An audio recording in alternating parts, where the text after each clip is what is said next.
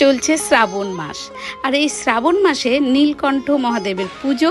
আর এই নীলকণ্ঠ মহাদেবের পুজোর উদ্দেশ্যে আজকে আমার রেসিপি হচ্ছে নীল পোলাও, অপরাজিতার পোলাও বা ব্লু পোলাও।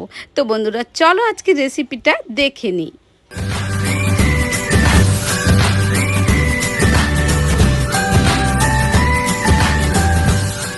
নমস্কার বন্ধুরা, আপনাদের সকলকে স্বাগত এই কুক অ্যান্ড ফুড চ্যানেলে। আজকে একটা ভীষণ ইন্টারেস্টিং রেসিপির সাথে। তো এই অপরাজিত ফুলগুলো সবই কিন্তু আমার গাছের। আর অপরাজিত ফুলগুলোকে ভালো করে ধুয়ে নিয়ে এখানে আমি চালের পরিমাণটা আপনাদের দেখিয়ে নিচ্ছি। আমি নিয়েছি 2.5 কাপ গোবিন্দভোগ চাল। তো আমি এটা গোবিন্দভোগ চাল দিয়ে করেছি, আপনারা বাসমতি বা অন্য কোনো চাল দিয়ে, সুগন্ধি চাল দিয়ে করতে পারেন। চালটাকে প্রথমে খুব ভালো করে কচলে 2-3 বার জল পাল্টিয়ে ধুয়ে নিতে হবে, যাতে কোনো নোংরা বা কোনো কিছু না থাকে।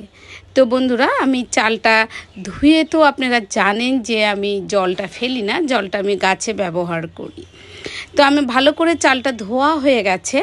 এরপরে আমি একটা থালার মধ্যে একটা পরিষ্কার সাদা কাপড় নিচ্ছি। আপনারা এই জায়গাতে এসে পেপারও ব্যবহার করতে পারেন। একটা পেপারের মধ্যে বা এইভাবে একটা পরিষ্কার কাপড়ের ওপরে চালের যে জলটা ঝরিয়ে এখানটায় ভালো করে এটাকে মেলে দেবেন, যাতে চালটা শুকিয়ে যায় এবং শুকিয়ে ঝরঝরে হয়। এর মধ্যে আমি দিচ্ছি একটুখানি ঘি দিয়ে আমি পুরো চালটাকে মাখিয়ে একটু ফ্যানের তলায় শুকিয়ে নেব। বন্ধুরা চলছে হচ্ছে শ্রাবণ মাস, আর এই শ্রাবণ মাসে এই রেসিপিটা ভীষণ পারফেক্ট। তো আমার দেখলেন চালটা একদম শুকিয়ে গেছে। আমি বেশ কিছুক্ষণ রেখেছিলাম, আধা ঘন্টার মতন। এরপর আমি এখানে গোটা গরম মশলা কিছুটা কাঠ খোলায় ভেজে আমি দেখুন আমার যে কাঠের হামলদিস্তা, এর মধ্যে নিয়ে আমি এটাকে গুঁড়ো করে নেব। এরপর আমি চলে এলাম কড়াইয়ে দিলাম আমি এখানটায় মোটামুটি 3 টেবিল চামচের মতন ঘি। আমি আজকের রেসিপিটাই পোলাওটা পুরোটা ঘি দিয়েই করব। এরপরে আমি এখানে দিয়ে দিলাম গোটা গরম মশলা, যেমন শুকনো লঙ্কা, তারপরে গোটা গরম মশলা, তেজপাতা, এগুলো আমি ফোড়নে দিলাম।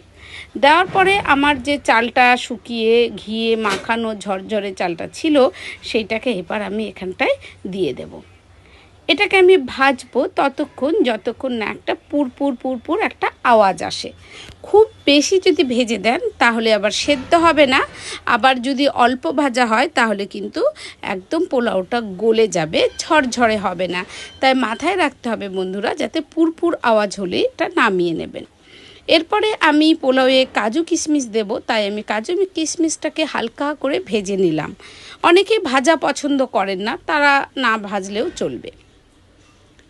এরপরে জলের পরিমাণটা দেখুন বন্ধুরা, আমি ওই ঘিয়ের মধ্যেই এখানটায় আমি যেহেতু 2.5 কাপ চাল নিয়েছি, আমি এখানে 5 কাপ জল নেব, মানে ডবল জল নেব।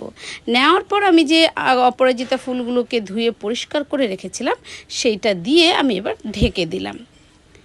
কিছুক্ষণ পর ঢাকা খোলার পর 10 মিনিট পর এসে আমি দেখছি যে ফুলের থেকে কালারগুলো না একদম জলে মিশে গেছে এবং ফুলগুলো সাদা হয়ে গেছে। তো আমার এই রঙটাই নেওয়ার কথা। আর ফুলগুলোকে আমি এবার তুলে ফেলে দেব। বন্ধুরা এই অপরাজিতা ফুলের অনেক গুণাগুণ আছে।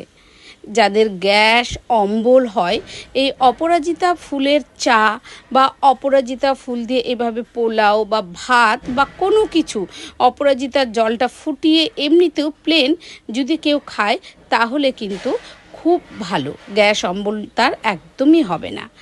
এরপরে আমি ওই ফুটন্ত জলে ভেজে রাখা চালটা দিয়ে ঢেকে দিয়েছিলাম। এইখানে মনে রাখতে হবে ওভেনের আঁচটা লো মিডিয়াম করে রাখবেন, যাতে জলটাও না শুকোয় এবং ভাতটাও কিন্তু ঝরঝরে হয়।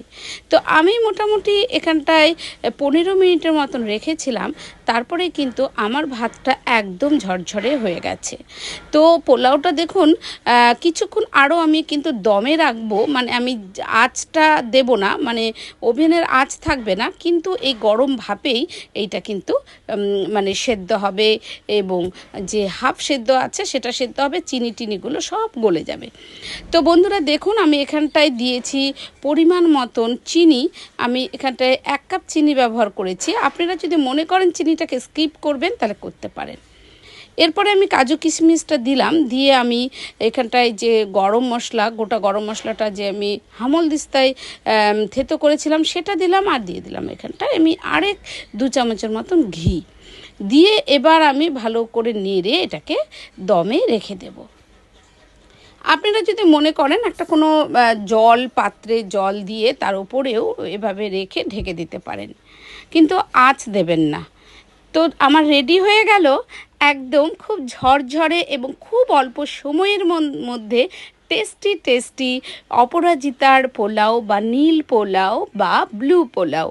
তো বন্ধুরা আপনারা অবশ্যই এই রেসিপিটা একবার কিন্তু বাড়িতে বানিয়ে ফেলুন, এবং অবশ্যই যদি ভালো লেগে থাকে কিন্তু আমাকে কমেন্টস করবেন, আর আমার চ্যানেলটিকে সাবস্ক্রাইব করে বেল আইকনটি প্রেস করে দিয়ে আমার পাশে থাকবেন, এবং যদি খুব ভালো লাগে তাহলে অবশ্যই শেয়ার করবেন, লাইক করবেন। তো আজকের মতন বন্ধুরা টাটা।